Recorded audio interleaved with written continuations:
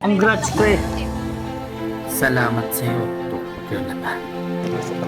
Salamat din sa iyo, Prince FTH. At salamat sa lahat ng mga nagpapala. Para next segment ng kasi Jonathan. Ito na nga. At sa wakas, dumating na ang araw na aking pinakahihintay, mga tropa.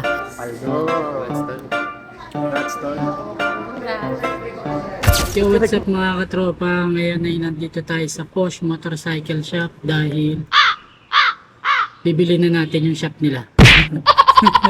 Kung may gusto ka, sabi nga nila, di mo na kailangan ng ibang kasama. Kung may pangarap ka, akyatin mong mag-isa, kakayanin mo yun kung disidido talaga.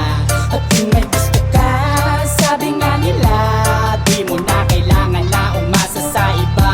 Kung may pangarap ka, akyatin mong mag-isa, kakayanin mo yun kung disidido talaga.